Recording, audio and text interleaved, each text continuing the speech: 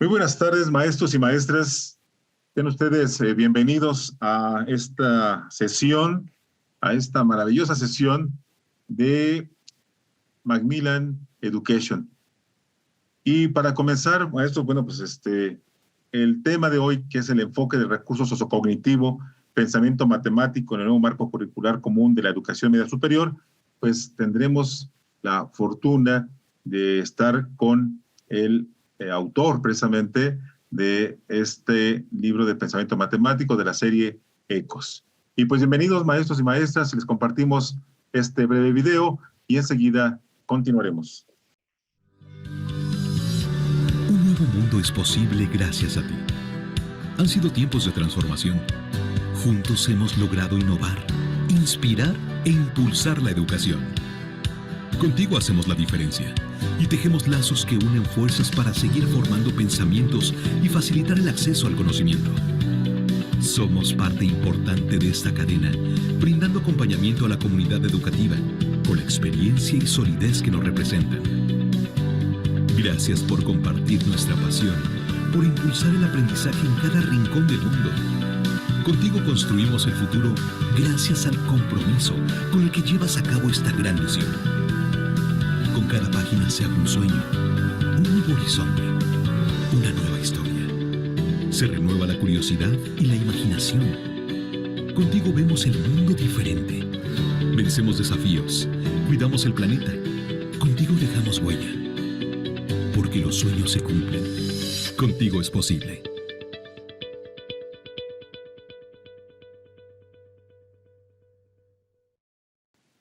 Pues bien, maestros y maestras, quiero presentar a ustedes precisamente a nuestro ponente el día de hoy, el maestro Ernesto Antonio Colavita Gómez.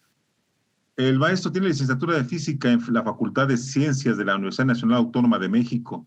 Tiene un posgrado en el Instituto de Física de la misma institución, candidato a doctor en óptica cuántica, académico en la Universidad Nacional Autónoma de México y en el Instituto Tecnológico Autónomo de México. Actualmente es profesor investigador de tiempo completo de la Universidad Autónoma de la Ciudad de México. Es autor de diversos libros de divulgación en ciencia para niños. Asimismo, ha publicado libros de texto de Ciencias 2, Física y Ciencias 3 y Química, Ciencias 2 y Ciencias 3 de secundaria, así como los libros de física a nivel bachillerato para programas de preparatoria de la UNAM y del Bachillerato General de la Secretaría de Educación Pública. Es autor, como ustedes bien saben, del libro de texto de química para telesecundaria de la SEP y autor precisamente del libro de pensamiento matemático de la serie ECOS. Entonces, pues sin más preámbulo, dejo con ustedes al maestro Colavita. Adelante, por favor, maestro. Hola a todos. Bueno, soy Ernesto Colavita. Escribí ahora con Macmillan estos 3 libros de matemáticas de este nuevo plan de estudios de los programas para bachillerato en este nuevo formato en el que se comparten en todos estos programas tecnológico, todos los tipos de bachilleratos, ¿no? Ahora como tratando de unificar, lo cual se tardó mucho, a mi juicio, en ocurrir esto. Y de alguna manera la intención es como darle una continuidad un poco más clara a esta nueva propuesta de la nueva escuela mexicana. Y me gustaría empezar platicando un poquito sobre esta perspectiva general y después contarles un poquito mi enfoque en cómo aterrizarlo y después hablar de algún par de ejemplitos sobre alguno de estos 3 libros, el Pensamiento Matemático 1, 2 y 3. Y finalmente contarles un poquito la estructura del libro, mostrando algunos ejemplitos de nuevo tomados del libro. Me parece que fueron del libro 2. A mi juicio, digamos, hay algunas diferencias que sí son notables respecto a programas anteriores, pero en general, desde hace ya varios programas, para varios sexenios, la tirada es un poco la misma, ¿no? En el caso de ciencias y de matemáticas, que son los programas que conozco más o menos bien desde primaria, secundaria y bachillerato, la intención ha sido progresivamente irlo haciendo menos enciclopédico, menos información, menos mecánico, menos de estar memorizando, ¿no? Y más desarrollo de herramientas de pensamiento. Lo cual, digamos, nos ha hecho poner la atención en esa parte de herramientas. ¿Qué tipo de herramientas, ¿no? Que uno puede ponerse a filosofar mucho sobre eso en las distintas áreas del conocimiento, desde partes más de humanidades o artísticas o científicas o matemáticas, ¿no? Ahora, herramientas, al principio no son herramientas más para cualquier cosa, sino en principio es como herramienta para la vida, ¿no? Para salir adelante en todo tipo de situaciones, ser mejores ciudadanos, tomar mejores decisiones, etcétera, ¿no? Entonces, después de eso, nos podemos ir enfocando a lo que sería todo el área de pensamiento científico y matemático, que es un poco como está planteado en la parte de educación básica, muy de la mano el desarrollo científico con el desarrollo matemático, lo cual a mi juicio es una de las buenas ideas que tuvo esa última reforma. El cómo es toda discusión y lo más complicado, pero digamos este asunto como de tratar de integrarlo justamente lo hace más práctico. Ahora, en el caso de ciencias y matemáticas, justamente una de las herramientas que uno puede tratar de desarrollar es esto que llamamos pensamiento crítico, ¿no? Todas estas habilidades de pensamiento crítico que vamos a platicar un poquito más adelante, ¿no? Entonces, justamente todo esto para que lo apliquemos a la vida cotidiana y transformemos la comunidad.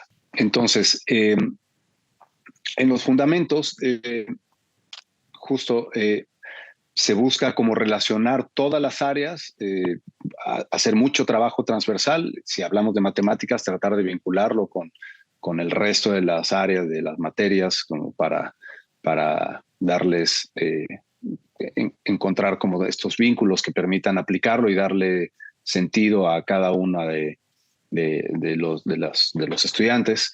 Y la otra es esta parte de la transformación social, que es uno de los ejes más importantes de estas últimas reformas.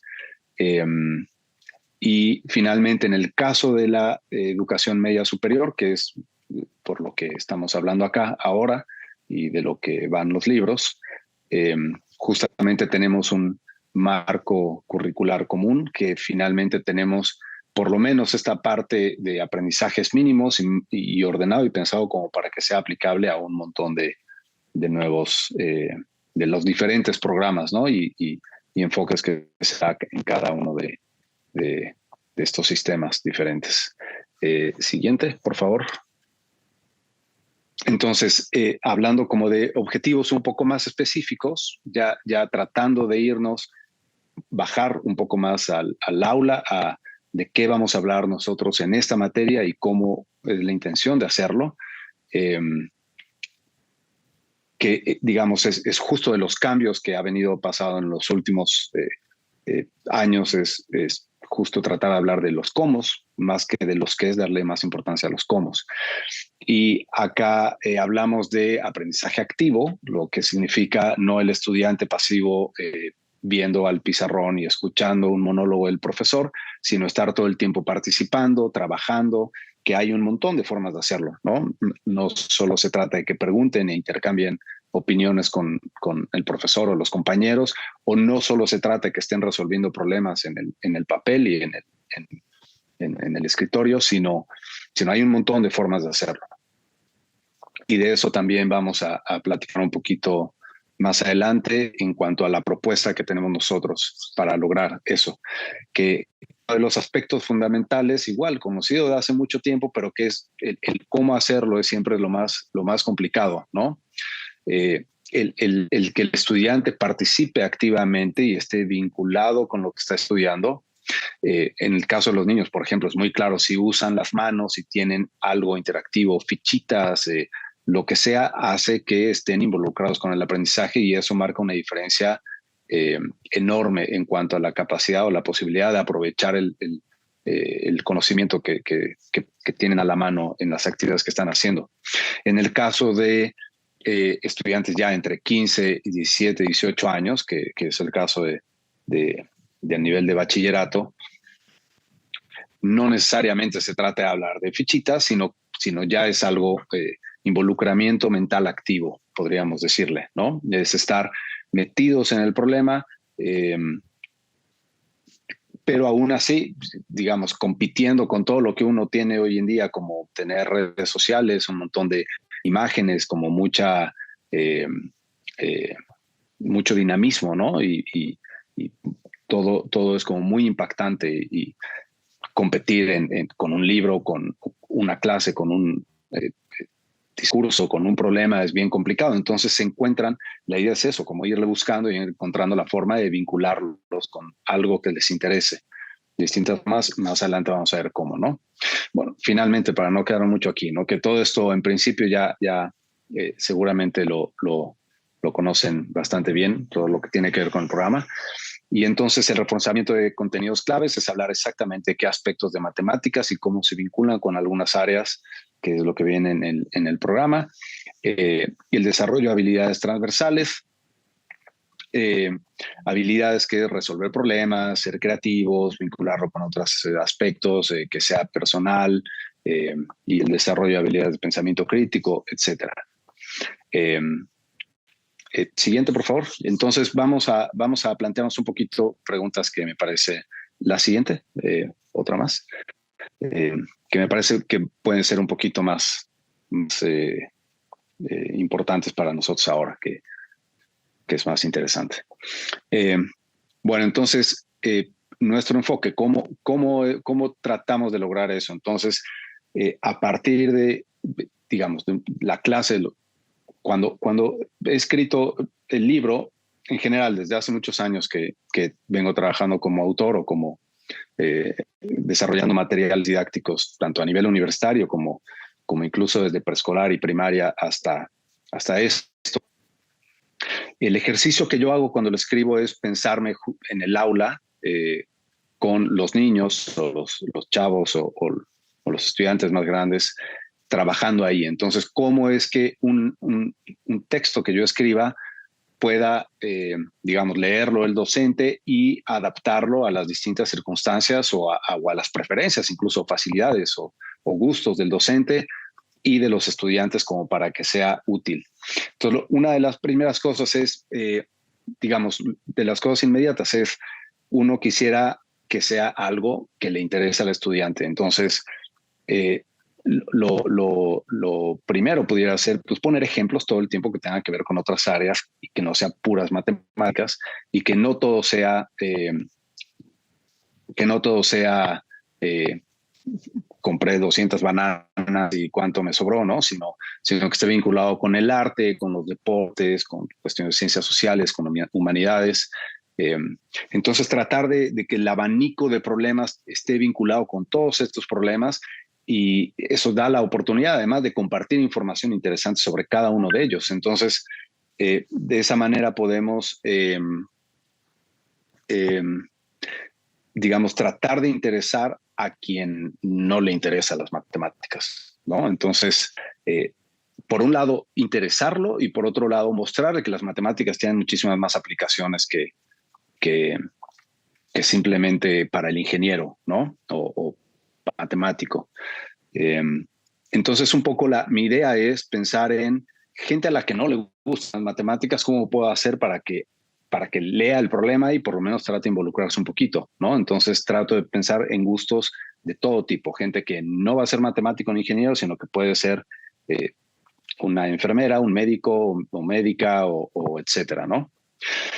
Al mismo tiempo, digamos, como tratando de que la profundidad no se pierda, que no sea todo superficial y nada más hablar de ejemplitos, sino que haya la oportunidad para que quien esté interesado en ahondar un poquito más en el contenido matemático más puro o relacionado con algo más científico, también tenga la oportunidad de hacerlo, ¿no? Entonces ahí digamos, la intención es que ustedes como docentes puedan estar cerca de,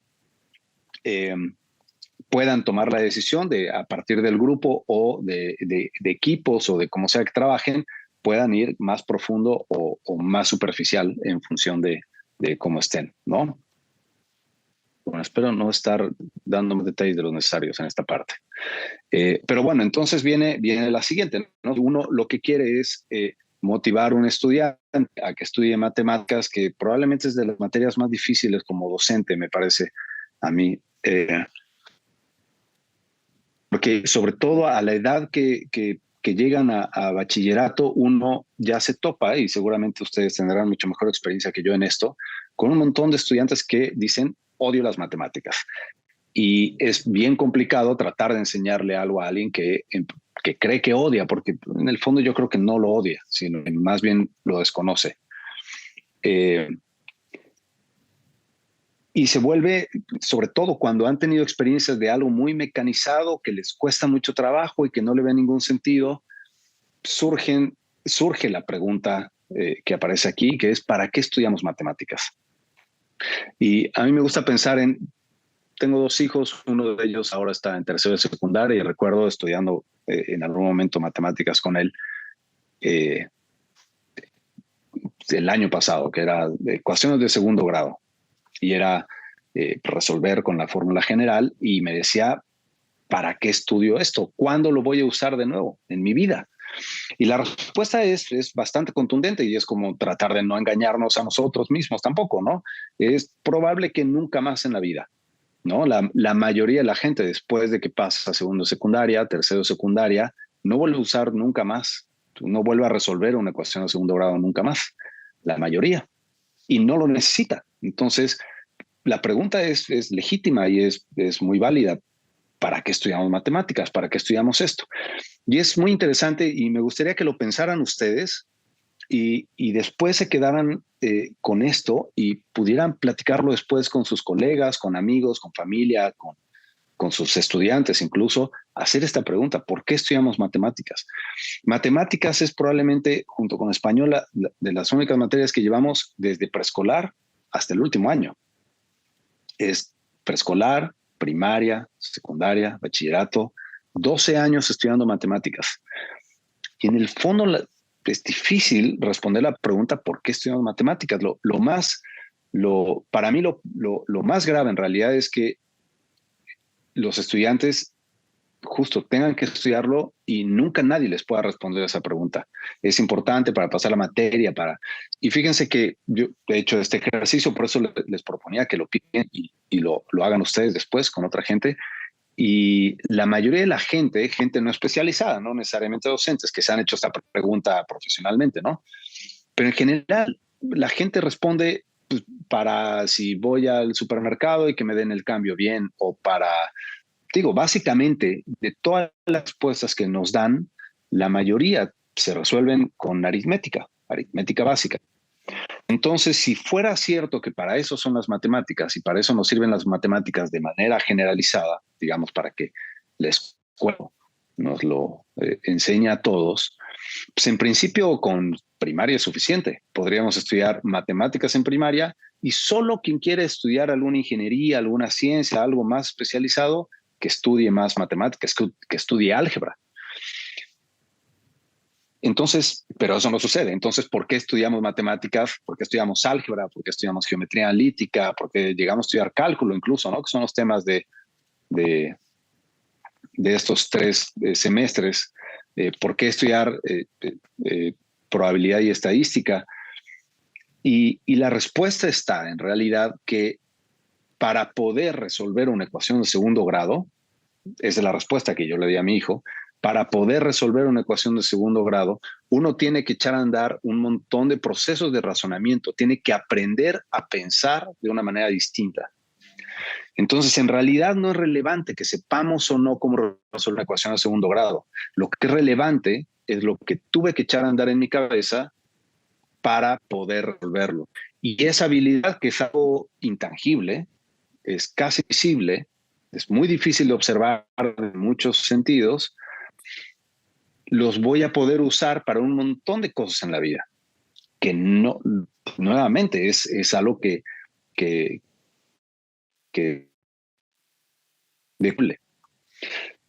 pero la gente que tiene buenas matemáticas es capaz de razonar mejor, y la gente que es capaz de razonar mejor incluso se puede medir. Hay un montón de cosas, sobre todo en posturas que usan mucho en Estados Unidos, que lo relacionan con el coeficiente intelectual, y entonces a partir de eso uno tiene mejores posibilidades de que a uno le vaya bien en la vida, digamos, siendo muy ligeros a la hora de decirlo, ¿no? Sin mucho compromiso académico en esta parte, ¿no? Entonces, cuando hablamos de razonamiento, ¿de qué estamos hablando? Ponemos la siguiente, por favor. Y acá viene algo interesante. El razonamiento lógico y las habilidades de pensamiento crítico, que son las dos grandes herramientas, ¿no? El conjunto de herramientas que vienen de la mano del estudio de la ciencia y las matemáticas. Digamos, el lado de la ciencia va más en la dirección de las habilidades de pensamiento crítico, aunque obviamente utiliza el razonamiento lógico porque es el lenguaje que usa, y las matemáticas van más cerca del razonamiento lógico, aunque también desarrolla habilidades de pensamiento crítico. Las dos juntas cubren un espectro enorme de todo esto, ¿no? ¿Y a qué le llamamos razonamiento lógico y habilidades de pensamiento crítico? Hay muchas formas de trabajarlo. Yo en particular durante mucho tiempo estudié la postura de un matemático investigador de la Universidad de Washington, cuyo grupo trabajó con el equipo de trabajo que tenemos en la universidad. Colaboramos para hacer materiales didácticos y algunas mediciones, que se llama Arnold Arons. Él enlista 10 habilidades. Obviamente no son todas, pero él piensa como estas las podemos entender, y si trabajamos para desarrollarlas, nos va a ir mejor, ¿no? Una de ellas, por poner un ejemplo nada más, es esta habilidad que llamamos control de variables, que, digamos, básicamente va de la siguiente manera. Supongamos que vamos a hacer experimentos y queremos ver si alguna variable o qué variables influyen en el tiempo que tarda en caer una pelota al suelo desde cierta altura. Entonces uno define la masa, el volumen y la altura desde donde se suelta, y lo que pedimos es el tiempo que tarda en caer. Y entonces la pregunta es, ¿qué experimento o qué experimentos tendríamos que hacer para averiguar si alguna variable, por ejemplo la masa, influye en el tiempo de caída de la esfera? Entonces ahí hay un asunto de razonamiento muy claro. Los estudiantes suelen querer cambiar todo, ¿no? Cambio la masa, cambio la altura y cambio el volumen al mismo tiempo, y hago muchos y de ahí me doy cuenta, ¿no? Y lo dicen como muy, justamente muy sin mucha lógica.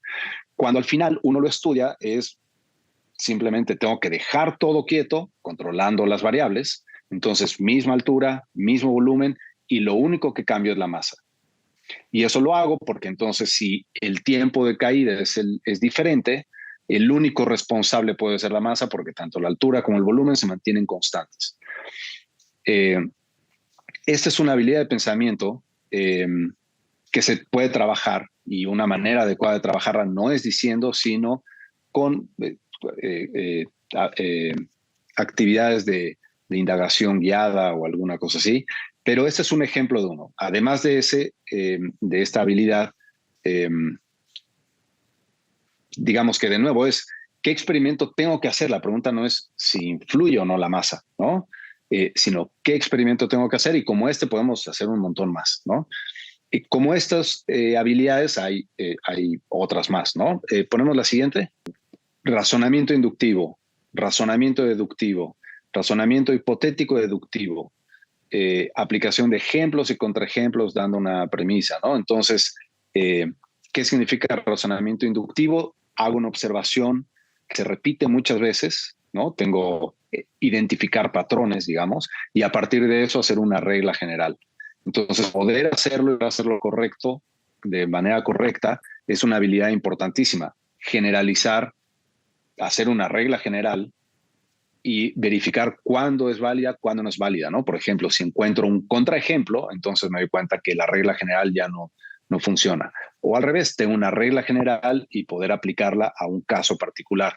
Ese sería el razonamiento deductivo, que, por ejemplo, en ciencias es lo que más se usa en la educación tradicional. Te doy la segunda ley de Newton, fuerza igual a masa por aceleración. ¿De dónde salió? No me importa, es una ley y quiero que me digas si tengo esta fuerza y esta masa, ¿cuál es la aceleración? Entonces aplico la regla general, fuerza igual a masa por aceleración, y pongo casos particulares.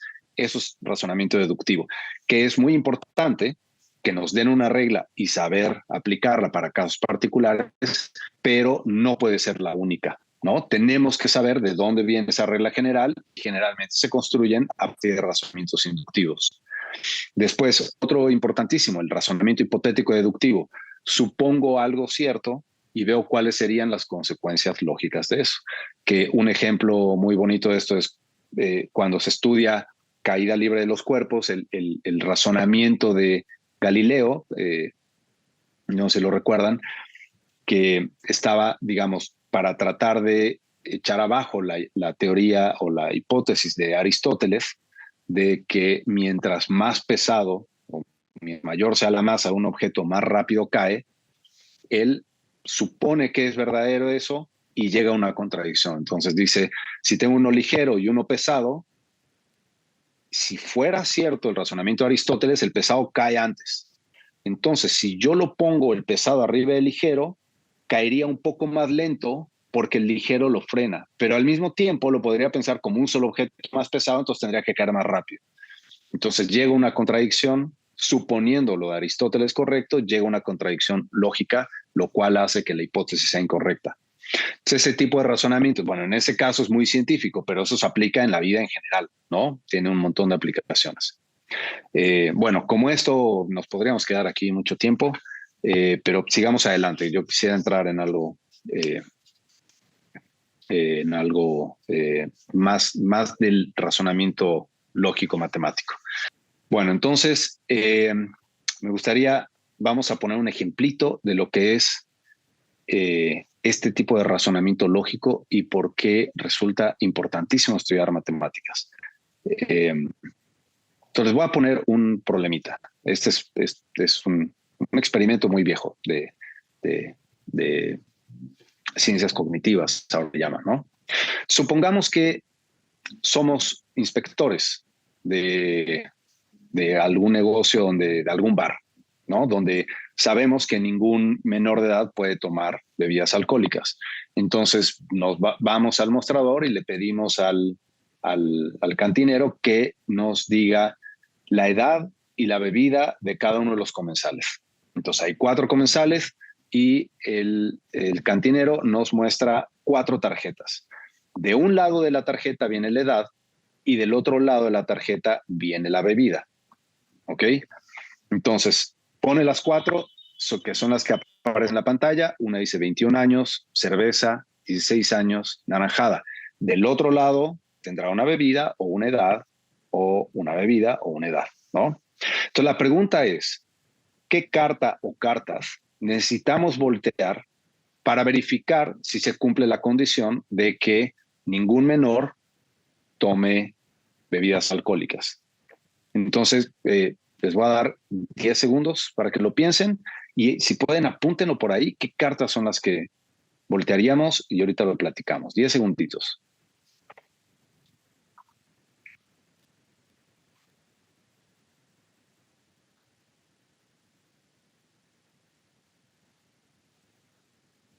Bueno, probablemente ya lo tenemos, ¿no?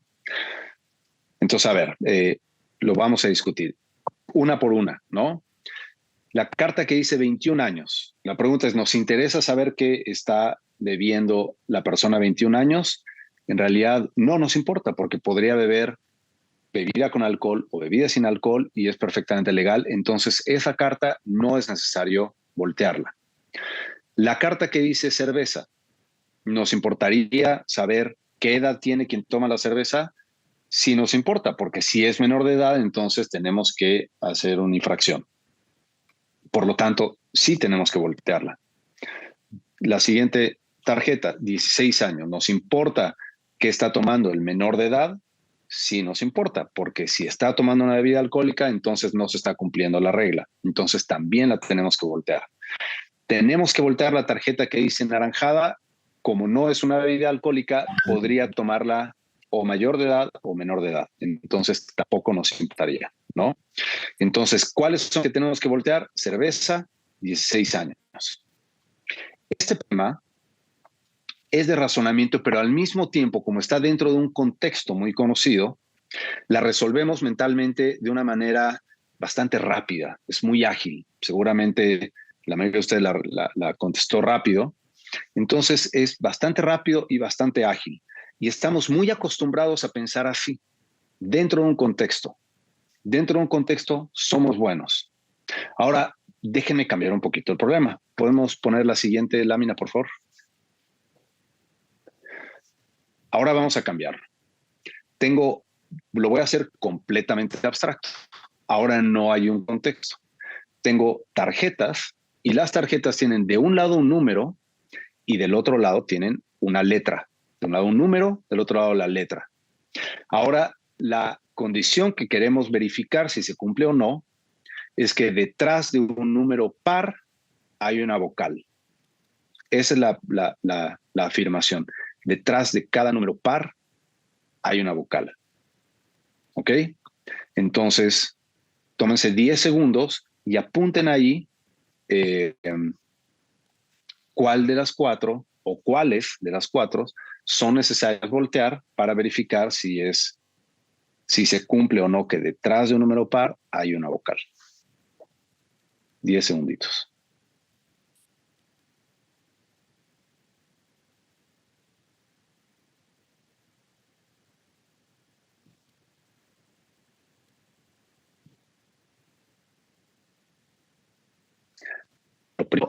Lo primero que si notan ustedes es que es más difícil. Es un problema más difícil. Nos toma más tiempo. Normalmente toma más tiempo. Para empezar, eso ya es diferente. La manera en la que lo resuelve nuestro cerebro es diferente. Es más lento y dudamos un poquito más. Normalmente, el problema anterior lo resuelve casi todo el mundo. Y este problema lo suele tener bien el 15% de la gente, más o menos. Significa que nos equivocamos un montón. Y lo curioso es que lógicamente, en términos lógicos, los dos problemas son idénticos. Idénticos. Entonces, déjenme revisarlo y ustedes ya sabrán si estaban en lo correcto o no. Vamos a ver. Queremos que detrás de cada número par, la afirmación, detrás de un número par hay una vocal. Entonces, el 7 es necesario voltearlo, pues no es un número par, entonces no me importa qué haya detrás. La letra K dice, detrás de un número par hay una vocal. ¿Será necesario voltearla? Pues a ver, pensemos. ¿Qué tal que hay un número par del otro lado? Si hay un número par, entonces no se cumple. Entonces la K sí la tenemos que voltear. Tenemos que voltear la letra K porque si hay un número par, no se estaría cumpliendo la regla. Tenemos que voltear la carta con el número 4, pues sí, porque dice que detrás de cada par hay una vocal. Entonces tenemos que verificar si detrás del 4 hay una vocal o no. Entonces también la tenemos que voltear. Tenemos que voltear la letra E, pues en realidad no me importa. Si hay un número par, estamos cumpliendo la regla, pero si hay un número impar, no me dice nada, entonces no me importa qué hay detrás de un número impar. Entonces, en realidad, solo hay que voltear la letra K y el número 4. De nuevo, lógicamente, este problema es idéntico al anterior. El anterior es muy rápido y seguramente la mayoría de ustedes lo hizo correctamente, este no. Y esto justamente tiene que ver con razonamiento lógico. No estamos acostumbrados a resolver problemas usando el razonamiento lógico. Y digamos, de nuevo, no es sorpresa, esto es producto de investigación de hace varios años, entonces un problema, digamos, justo diseñado para dejar de manifiesto esto. Ahora, ¿qué es lo que sucede? Probablemente muchos de ustedes pensaron que había que voltear la E. ¿Por qué la E? Porque es una vocal. Y la afirmación es, detrás de un número par hay una vocal. Y como hay una vocal acá, queremos confirmar si hay el par atrás o no. A eso se le llama, es un como error de razonamiento de origen, como que venimos con algunas como sesgos naturales, ¿no? Como que solemos equivocarnos en algunas cosas y este es uno de ellos. Es lo que llamamos un sesgo de confirmación. Tratamos de confirmar que efectivamente pasa algo. La E no me importa si viene de un número par o impar, pero quiero confirmar si viene del par. Todo es inconsciente, obviamente, es un sesgo de razonamiento. Pero cuando tenemos que trabajar en algo donde esto es relevante, es abstracto, no nos podemos llevar por los sesgos, porque si estamos trabajando en la Estación Espacial Internacional, se nos cae y catástrofe, ¿no?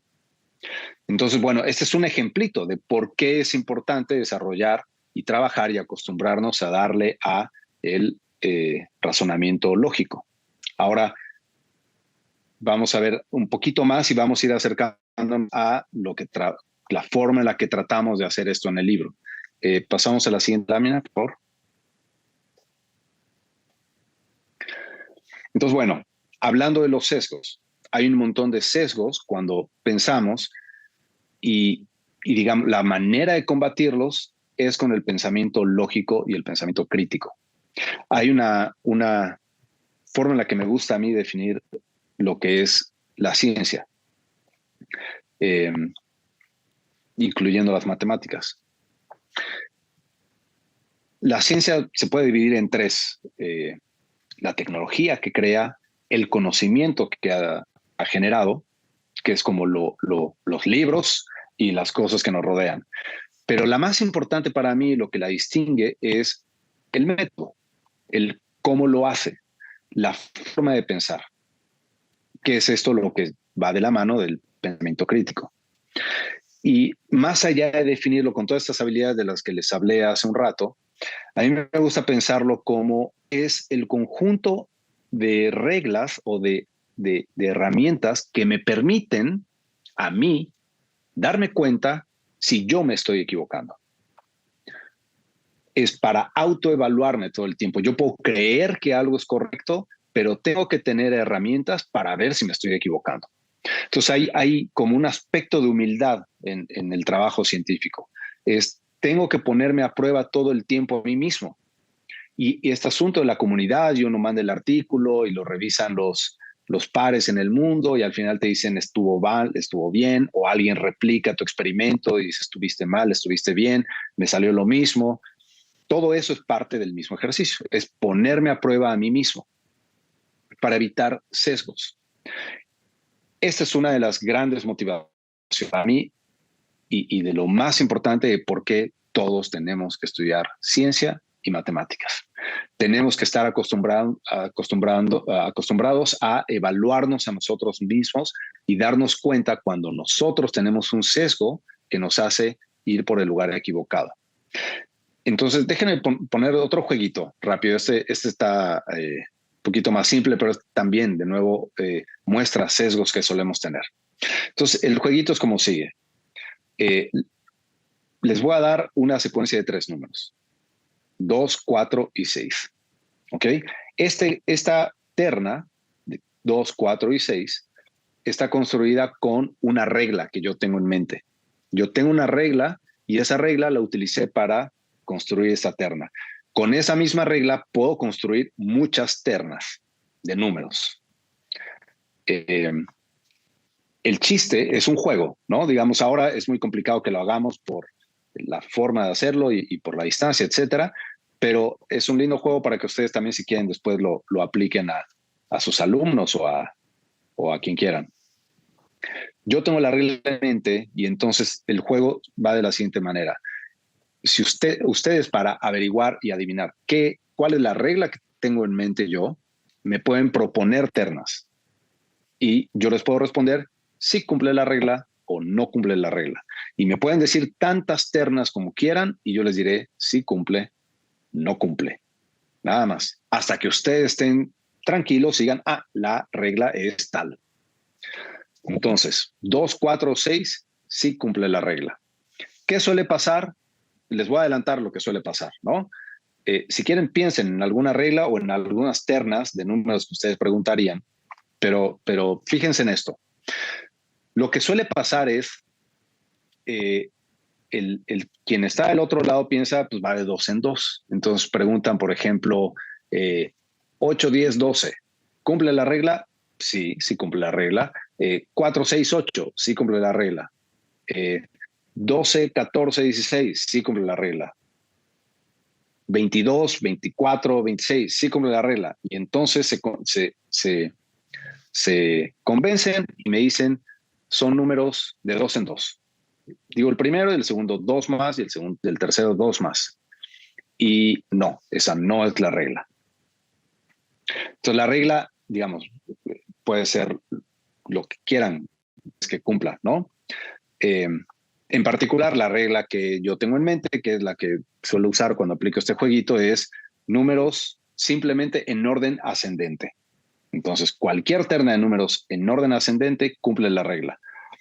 Ahora, digamos, el sesgo es el siguiente. Como veo que va de 2 en 2 el primero, yo quiero confirmar si mi hipótesis es correcta, lo cual es una hipótesis perfectamente válida, ¿no? Yo quiero confirmarla y entonces 4, 6, 8. El asunto es, si yo creo que esa es la regla, el dar ternas que cumplen la regla es lo que llamamos un sesgo de confirmación. Entonces, sí se cumple, sí se cumple, sí se cumple, sí se cumple. Pero ya no es así como confirmamos si algo es verdad siempre o no. Lo que tenemos que hacer es poner la prueba en serio. Entonces tengo que dar una que no lo cumpla según mi propia hipótesis. Si yo creo que va de 2 en 2, tengo que proponer una regla, una terna que no lo cumpla. Para que entonces, si no la cumple, ok, me siento más tranquilo. Pero si sí la cumple, entonces ya descarté mi regla. Que sería como, tengo la segunda ley de Newton, fuerza igual a masa por aceleración, busco, para ver si es cierta la ley, busco ejemplos donde no se cumpla eso. No busco confirmar que sí, sino busco algún ejemplo donde no se cumpla. Entonces, una buena prueba sería 1, 2, 3. Si digo 1, 2, 3 cumple la regla, yo respondería sí, sí cumple la regla y entonces ya tiramos a la basura que va de 2 en 2. Espero que se entienda este asunto, este ejemplito. De nuevo, es sesgo de confirmación, algo no muy diferente a lo que vimos en el anterior. Ahora, ¿esto cómo se vincula con los libros? ¿Cómo lo bajamos al programa? ¿Cómo lo ponemos en la clase? Les quería compartir un ejemplito que viene tal cual en el libro primero, que es probabilidad y estadística. ¿Podemos pasar a la siguiente lámina? Entonces hay un caso muy particular. Hablando de estadística, se habla de promedios, algunos conceptos previos a eso, ¿no? Pero hablando de porcentajes, se presenta la paradoja de Simpson. Entonces, hay un caso histórico muy curioso de la paradoja de Simpson. No sé si por el 69, el 71, el 70, en California, la Universidad de California en Berkeley saca los resultados de quienes fueron aceptados a la universidad y quienes fueron rechazados en términos estadísticos, nada más, ¿no? Porcentajes de cuántas personas aplicaron a la carrera a la Facultad de Medicina y cuántos fueron aceptados, cuántos rechazados en términos porcentuales. Y estaba dividido en mujeres y hombres. Entonces lo que notaron es agarraron de todas las mujeres que aplicaron, fueron rechazadas cierto porcentaje, digamos el 30%, y de los hombres fueron rechazados el 20% y aplicaron más o menos la misma cantidad de hombres y de mujeres. Entonces se hizo toda una discusión de si había discriminación hacia las mujeres, porque eran porcentualmente menos aceptadas en la universidad. Entonces, demanda y en toda la discusión y en todo el juicio, la Universidad de Berkeley saca la estadística, pero dividida por facultad. Y resulta que cuando uno lo estudia por facultad, en cada una de las facultades, o en la mayoría de las facultades, el porcentaje de aceptación de las mujeres siempre es mayor que el de los hombres. Entonces suena muy raro, porque por facultad aceptan porcentualmente más mujeres, o sea, rechazan menos a las mujeres que a los hombres, pero en términos globales rechazaron más porcentualmente mujeres que hombres.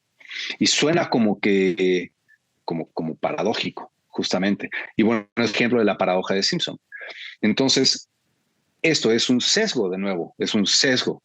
Tenemos una estadística global y con eso sacamos conclusiones a la primera sin darnos cuenta que tenemos que revisar un poquito más a fondo, ¿no? Entonces, independientemente de toda la discusión que pueda haber sobre discriminación o la diferencia que hay en oportunidades entre mujeres y hombres, cuando uno habla de números, uno tiene que ser clarísimo de hasta dónde va y hasta dónde podemos interpretarlo, ¿no? Este caso fue histórico y, digamos, se plantea aquí en el libro tal cual como eso, ¿no?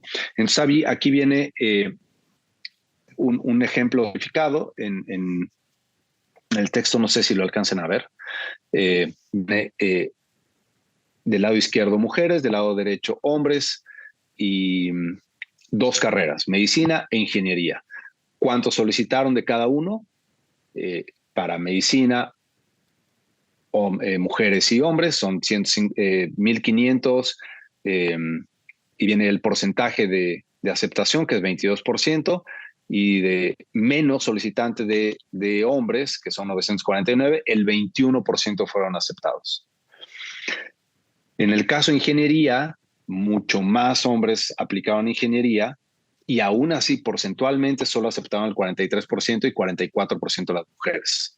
Entonces justo es en los dos casos porcentualmente fueron menos mujeres rechazadas, porcentualmente, pero al final en la fila de hasta abajo aceptaron al 31% de mujeres y al 35% de hombres. Estos números no son los números reales, estos los inventé yo, los ajusté para que diera, pero es un ejemplo donde si nos fijamos en la última fila pareciera que aceptan menos a las mujeres en la universidad, pero si vemos por facultad tiene que ver con las decisiones. Entonces la interpretación viene a ser muy importante.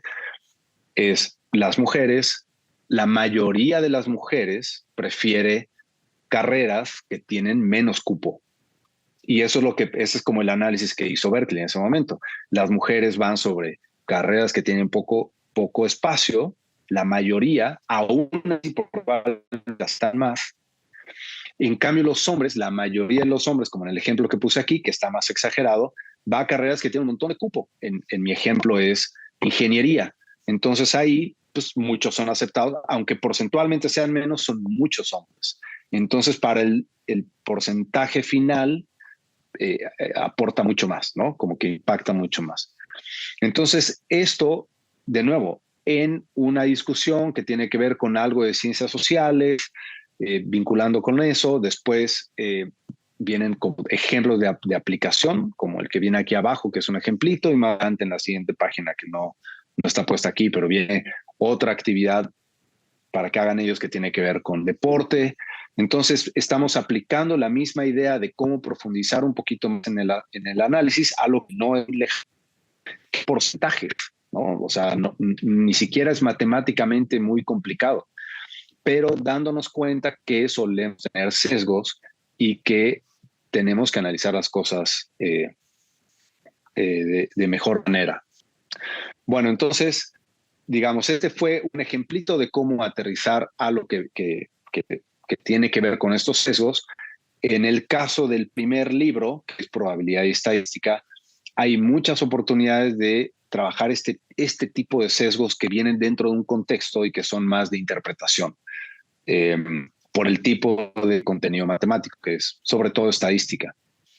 En el libro 2 y en el libro 3, que uno es aritmética, álgebra y geometría, y el último es cálculo, hay otro tipo de oportunidades y otro tipo de sesgos o aplicaciones con contextos interesantes, igual tratando que sean interesantes para todos. En la parte de geometría se habla mucho, trata de vincularlo mucho con el arte, con la arquitectura, con grafitis, incluso arte urbano, con música, análisis de cosas, ¿no? Que sean cercanas a los estudiantes. Y de nuevo, como dando oportunidad no solo de aplicar, sino de buscar dónde uno puede estarse equivocando todo el tiempo. Y son estas oportunidades las que permiten desarrollar pensamiento crítico partiendo de esta primera idea de lo que buscamos es no estar equivocados nosotros con nosotros mismos, ¿no? Entonces, son esos los 3 libros para los 3 primeros semestres, son los 3 contenidos. Cada uno tiene sus virtudes, sin duda, pues en términos de los temas que tratan. Yo nunca había escrito sobre probabilidad y estadística, debo reconocerlo. Estudié obviamente en la carrera un montón y obviamente me puse a estudiar para escribir este libro y me pareció maravilloso. Nunca me había dado cuenta en realidad de lo importante que es para cualquier ciudadano tener un buen conocimiento de sobre todo de estadística y cómo interpretarlo. Y ahora que estamos en mucho más politizados, me parece, ¿no? Y que son chavos que están acercándose a la mayoría de edad, pensando en que en el mundo de la política, digamos, dan un montón de oportunidades para hablar de encuestas, para hablar de lo que pensamos de grupos de gente, de opiniones generales, ¿no? ¿Qué significa la media, la mediana, etcétera? Y todo eso, de nuevo, aplicado a, si hablamos de gustos musicales, ¿cuál es más popular? ¿A qué le llamamos más popular, no? El que escucha más o el que... Y de nuevo, eso, incluso hablando de paradoja de Simpson, de todo, tiene un montón de aristas por donde entrarle, que sean cercanas a ellos, que tengan un montón de aplicaciones, que tenga... que les dé sentido a ellos, ¿no? Como para que se puedan vincular y lo puedan involucrar de manera mental activamente, ¿no? Y en el tema de cálculo, probablemente es, y mucho por el programa. El programa tiene sus grandes virtudes y a mi juicio también tiene sus áreas de oportunidad, dirían los listas, ¿no? No necesariamente están muy bien coordinados en los programas de segundo y tercer semestre. El segundo semestre de repente parte de muy, muy abajo, suma de enteros. En algún momento se tiene que hablar de suma de enteros, lo cual pareciera que pues, es primaria, ¿no? Pero lo que busqué hacer es como tratar de hacerlo un poquito más formal, como tratando de conectar un niño haciendo fichitas con el pensamiento abstracto y aprovechar eso para seguirse y empezar a simbolizar para poder tener claro qué es una ecuación y por qué podemos manipularla como la manipulamos, ¿no? Y cuál es la idea de despejar o de resolver una ecuación, cómo se representa en el plano, cómo a partir de eso tenemos gráficas, la ecuación de la recta, relaciones lineales. Hay, digamos, cosas que también parecieran como muy básicas en el programa, pero que generalmente no lo traen bien claro, ¿no? Y que es una buena oportunidad para dar ese paso de formalización y que lo puedan aprovechar bien para retomarlo en el tercer semestre, que es cálculo, donde hablamos de variaciones y entonces uno empieza planteando lo que es una ecuación y después de la ecuación, la idea de la función como para que no sean como entes completamente aparte de lo que es una ecuación algebraica y lo que es una función y la representación algebraica de la función. y lo que es la gráfica, y distinguir una gráfica, una función de puntitos plano nada más, ¿no? Como geometría analítica. Y después irse hasta el teorema fundamental del cálculo, que a mí me sorprendió un poco que en el programa pidieran eso. En mi primera lectura me costó mucho trabajo imaginarme cómo podíamos llegar ahí tan rápido, pero me parece que quedó que es muy posible hacerlo con sentido. De nuevo, no necesariamente como vamos a derivar y vamos a integrar en tercer semestre, o sea, los 15, 16 años, no necesariamente vamos a integrar y vamos a derivar.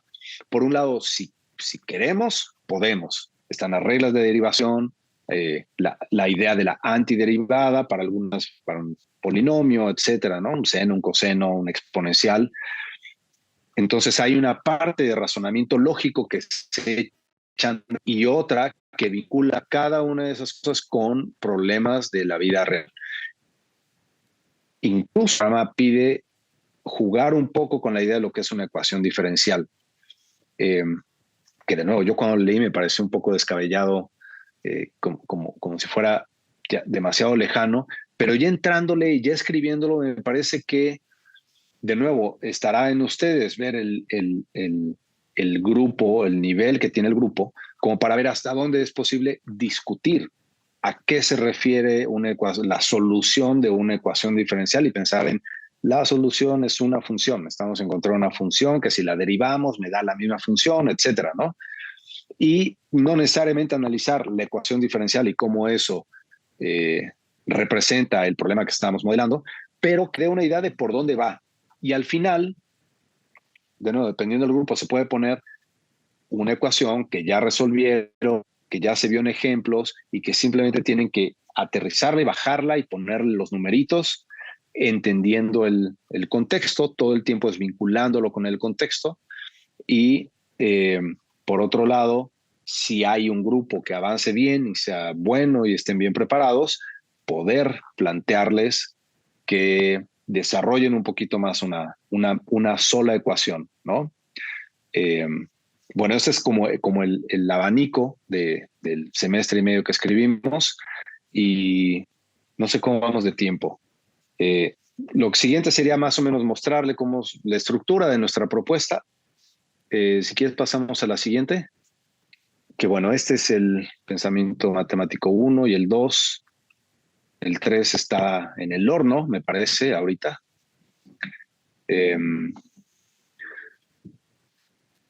Y entonces viene esta idea, que son las progresiones de aprendizaje, como las plantea el programa. En algún caso habré intercambiado un poco el orden para darle una construcción un poquito más clara. Y la estructura de la progresión es, empezamos con, bueno, viene aquí la presentación, etcétera. En las primeras páginas les cuentan un poquito la estructura, que es un poco lo que les voy a contar más o menos rápido. Conforme lo vayamos viendo, le pasamos a la siguiente, por favor. Y bueno, acá así empezaría una de las progresiones. Empieza con esta situación inicial, que siempre es dentro de un contexto. Siempre trato que sea un contexto que sea relevante o interesante para los estudiantes. Y con algunas preguntas sobre ese mismo contexto. En ese contexto se habla de algo que tiene que ver con algo numérico. Será cuestiones de economía, cuestiones de ecología, cuestiones de arte, cuestiones de toda índole, donde podamos representar matemáticamente o modelar matemáticamente alguna partecita de la situación presentada ahí. Y después vienen unas preguntas muy sencillas, 3, 4 preguntas, a veces son problemas como numéricos, que están vinculados dentro del mismo contexto y que tratan de ser muy cercanos a algo intuitivo. La idea de esto es que sirva como una evaluación para ustedes. Que ustedes pueden ver más o menos el nivel de los estudiantes pensado, digamos, yo lo que pensé ahí es, sabiendo qué es lo que vamos a ver, pensar un poco en lo que se necesita para verlo. Entonces, ver qué tanto de eso tienen y qué tan cerca o lejos, o si están muy bien, etcétera, ¿no? Esa es la primera parte, situación inicial. Después, en la siguiente, ya empieza formalmente el contenido. Bueno, esto me parece, esto más bien, es que creo que no están como bien ordenados esto, pero esto de taller matemático es al final, a ver, ¿qué tal que ponemos? No, a ver, puedes ir hacia adelante a ver si le vamos dando a la siguiente. No, bueno, les cuento, no tenemos las imágenes ahí. Pero bueno, esta de taller matemático, laboratorio matemático vienen, es la parte final, ¿no? Entonces empieza la progresión Perdón, con maestro, esta como evaluación. maestro, ¿quiere Dime. que le compartamos a los maestros nuestro libro que está ahí en el entorno digital para que lo puedan visualizar? Sí, no sé si sea necesario, porque no me quería Bueno, colgar como usted me mucho en diga. esto.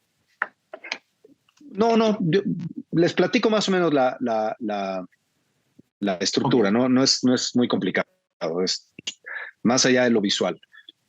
Empieza con esta evaluación, después seguimos con, empieza la presentación del texto, tratando de balancear que sea tal vez tanta información como problemas de ejercicios. Entonces viene un poquito de la exposición, siempre tratando que se empiece de un problema de contexto, cómo se modela, se presenta la información sintetizada al final de matemática que estamos trabajando en ese caso, después un ejemplo de problema resuelto, viene el problemita y la solución abajo para que los estudiantes tengan claro de por dónde va, y después un ejercicio para ellos, parecido al ejemplo. Después de eso suele venir actividad o problema, que digamos, la actividad tiene más pasos y tal vez hay actividades digitales donde tendrán que buscar en internet algo o alguna calculadora como GeoGebra o alguna herramienta de ese tipo. Otras actividades que son de trabajar en equipo y hacer algún reporte de algo o resolver algún problema un poco más elaborado. Hay otro tipo de actividades que son socioemocionales, que de lo que está proponiendo el nuevo programa incluso, ¿no? Donde, digamos, esa parte fue probablemente fue un muy buen reto porque pues uno no está acostumbrado a eso necesariamente, ¿no? Pero justo eran problemas dentro de un contexto, un pequeño trabajo matemático con, digamos, lo mismo que se trabaja en la progresión, pero con algunas preguntas que tienen que ver con lo socioemocional. Si es, por ejemplo, algún problema que está vinculado a contaminación de mares o falta de agua o alguna cosa que está cuantificada ahí, entonces que se discuta en grupo o en equipos que respondan algunas preguntas, si les falta el agua, que si les angustia el futuro y las sequías, y etcétera, ¿no? Como cosas que tienen que ver con su vínculo con la comunidad desde un punto de vista social y emocional, ¿no? Y hay un montonal de ejemplos. Hay siempre al menos una digital por progresión y al menos una socioemocional por progresión, y más algún otro problema y actividad. Hay algunas, bueno, eso sigue esa misma estructura, cambiará de tema, habrá más problemas, ejemplos, actividades, etcétera, hasta que termina la progresión. En promedio creo que son 12 páginas, 10, 12 páginas por progresión, y son del orden de 15 progresiones según el programa por semestre, es decir, por libro. Hay unas secciones flotantes que recomiendan buscar información, ya sea de libros o no necesariamente 100% vinculados a lo matemático, pero probablemente algún tema que se está viendo ahí vinculado de nuevo pudiera ser con arte, con español, con otras cosas, ¿no? Lecturas de literatura, cosas así. Datos históricos también, y se me está escapando una. Y bueno, hay más profundidad de algún dato sobre matemáticas de eso. Esa es la estructura de de cada una de las profesiones. Ahora, al final, ahora sí la siguiente de esta. Al final proponemos metodologías activas, que son como proyectos. Una STEM que, digamos, está centrada en que hagan algo material, ¿no? Construyan algún dispositivo o alguna cosa así, es diferente para cada libro. Otro que es aprendizaje basado en proyectos, donde ellos se plantean un proyecto y tienen que hacer investigaciones, trabajar en equipo, y es una metodología particular de cómo llevarlo a cabo.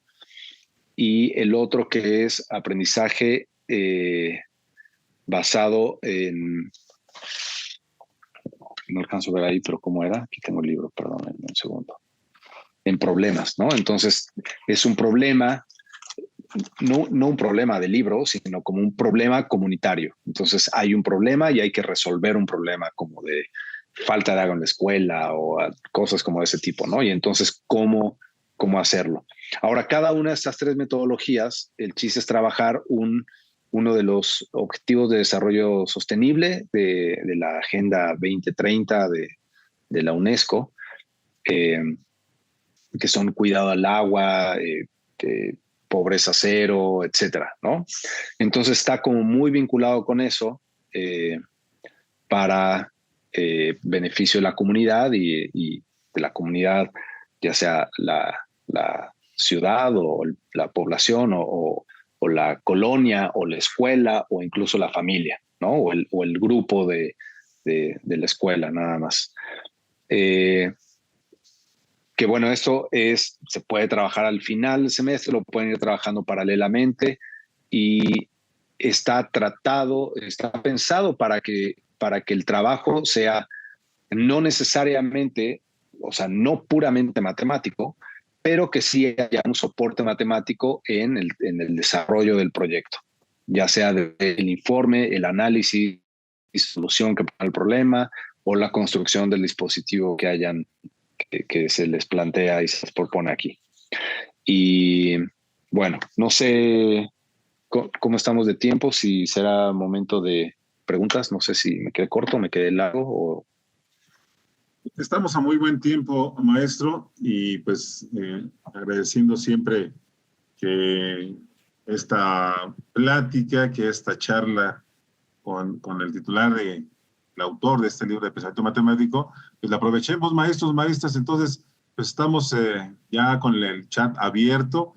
Tenemos exactamente 15 minutos a partir de este momento para compartir con el maestro Ernesto las preguntas, las dudas que ustedes tienen, comentarios incluso. Y aprovecho, maestro, aquí tengo algunos que nos comentan que si para comprender el uso de las cantidades y su relación con la naturaleza y las leyes físicas, el concepto de cuadrado provee la comprensión del valor similar, en concreto de los repetidos. Lanzar diferentes tamaños en esferas para poder observar su tiempo en caer, y si habrá de verse, quizás con diferentes tipos de balones jugando béisbol. Es una propuesta que nos hace un maestro, ¿eh? Y por aquí hay una pregunta muy interesante. Bueno, adelante, maestro. Sí, supongo que hace referencia a lo de control de variables, ¿no? Me imagino que iba por ahí. Uh-huh. Es correcto. Sí, ahí hacerlo experimentalmente estaría muy bueno, sí. Aquí hay una pregunta que nos hacen el maestro Faustino. Dice, ¿cómo se conecta la evaluación formativa y la retroalimentación?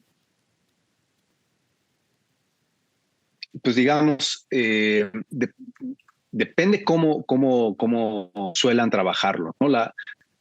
Fíjense que a mí particularmente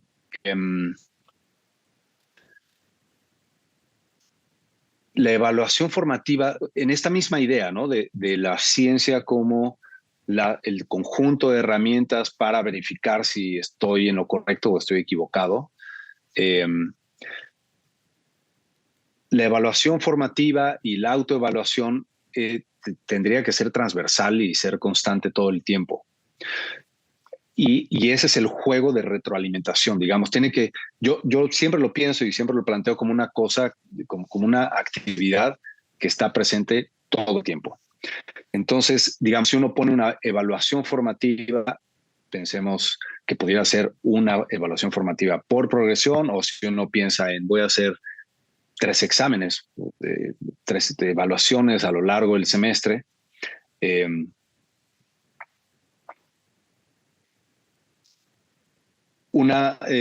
Digamos, hay muchas formas como de vincular con eso, y es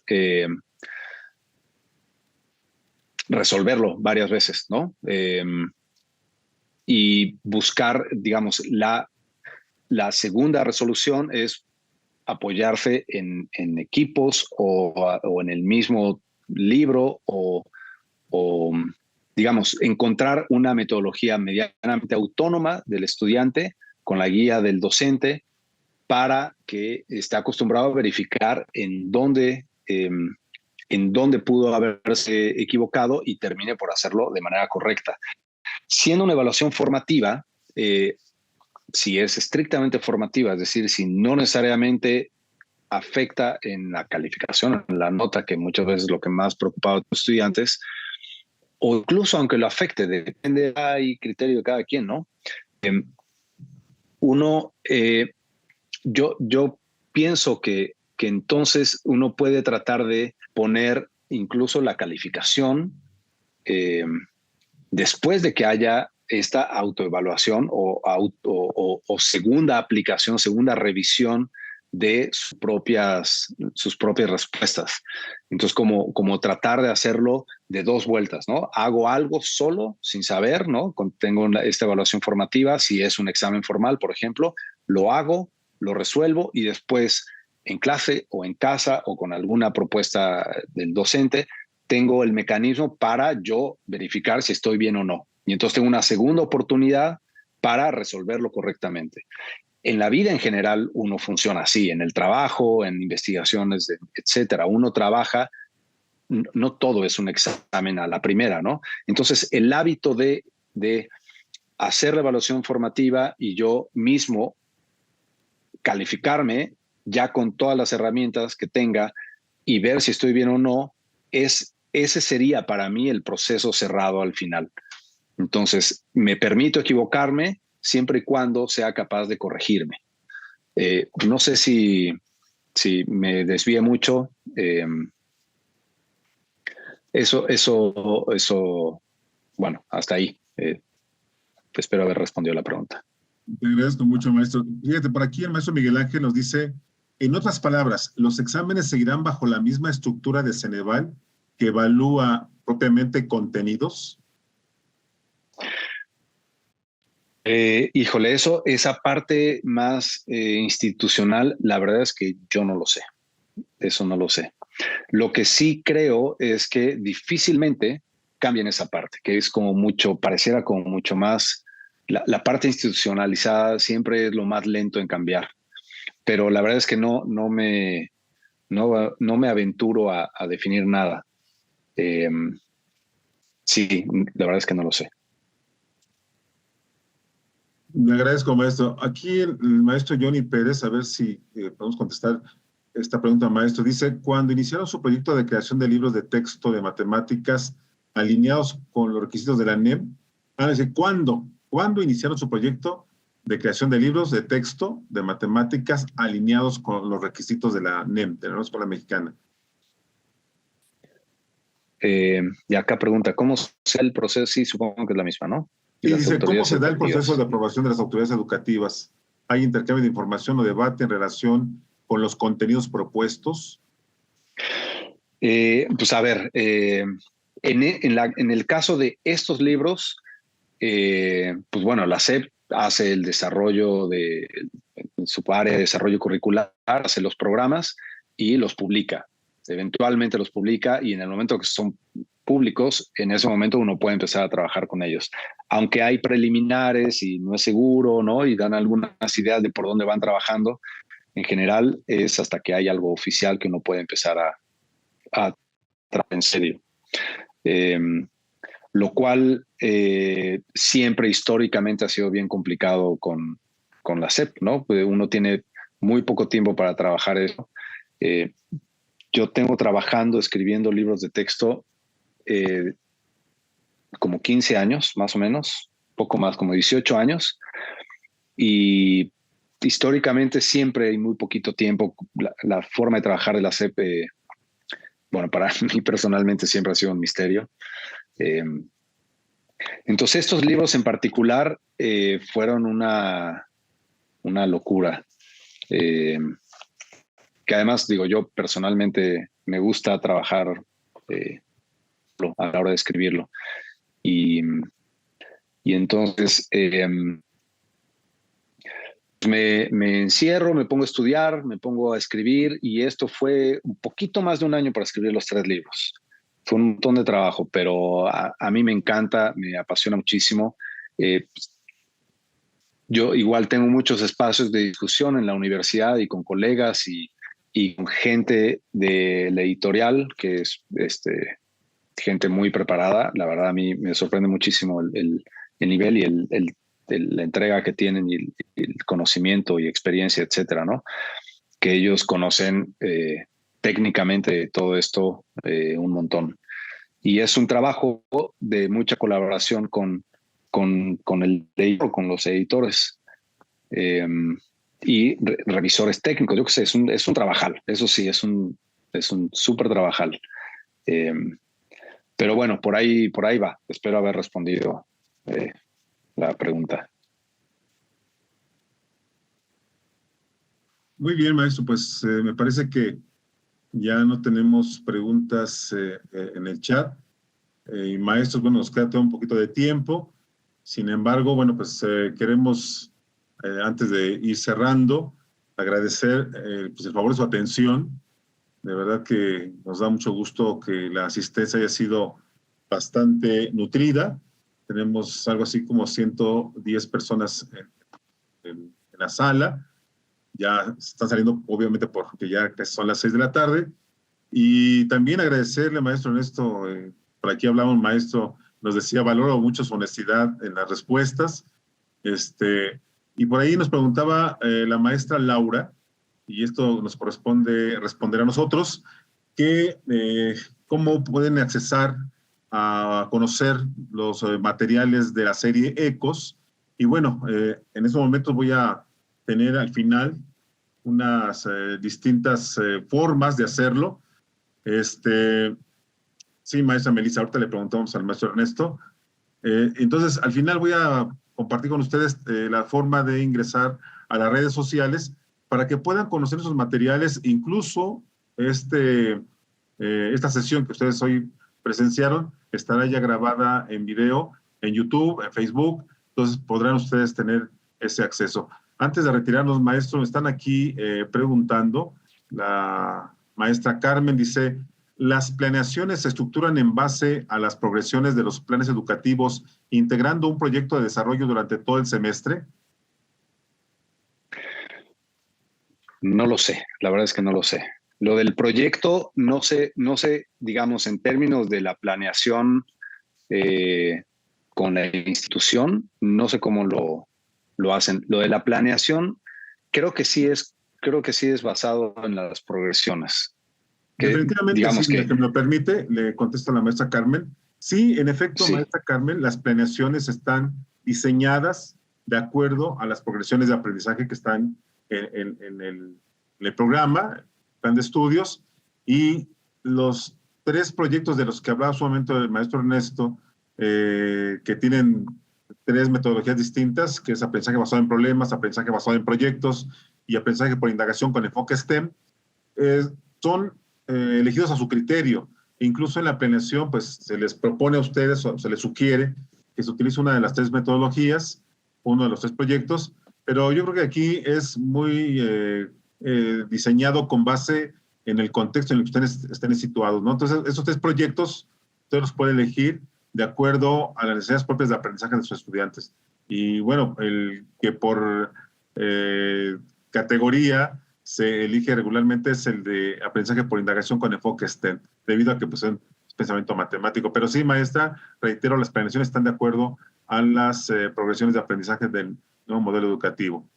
Y por aquí nos pregunta la maestra Melissa, ¿sabe cuál será el contenido de temas selectos de matemáticas? No lo sé. Yo no tengo el dato. No sé si ya está publicado. Creo que sí. Pero yo no los he visto. No lo sé. Bueno, pues maestros, maestras, antes que cerremos nuestra sesión, reitero mi agradecimiento al maestro Ernesto Colavita por estar con nosotros. Y no me dejarán ustedes mentir, es una forma muy accesible, muy fácil de ir a nuestras aulas con nuestros estudiantes y que vean las matemáticas como algo muy amigable. Hoy, por lo menos, yo me voy con esa impresión. Le agradezco mucho, maestro Ernesto, y les invito, maestros, maestras, a visitar Macmillan Bachillerato en Facebook, a visitar Instagram también, Macmillan Bachillerato, y YouTube, porque seguramente muy poco tiempo ustedes podrán ver este y otras sesiones que hemos tenido grabadas en webinar para que ustedes puedan tener acceso a ellos sin ningún problema. Y bueno, pues vamos a despedirnos, maestro. Si usted gusta hacerlo, maestro Ernesto, adelante, por favor. Sí, les agradezco mucho que hayan estado aquí. Tengo un canal de YouTube que dejé agonizar ahí porque me puse a escribir esto, pero que voy a retomar, que tiene algunos videos sobre pensamiento científico justamente, y agregaré poco a poco contenidos de matemáticas y así también, que son como de divulgación. Si lo quieren visitar y suscribirse, es Ernesto Colavita-Ciencias.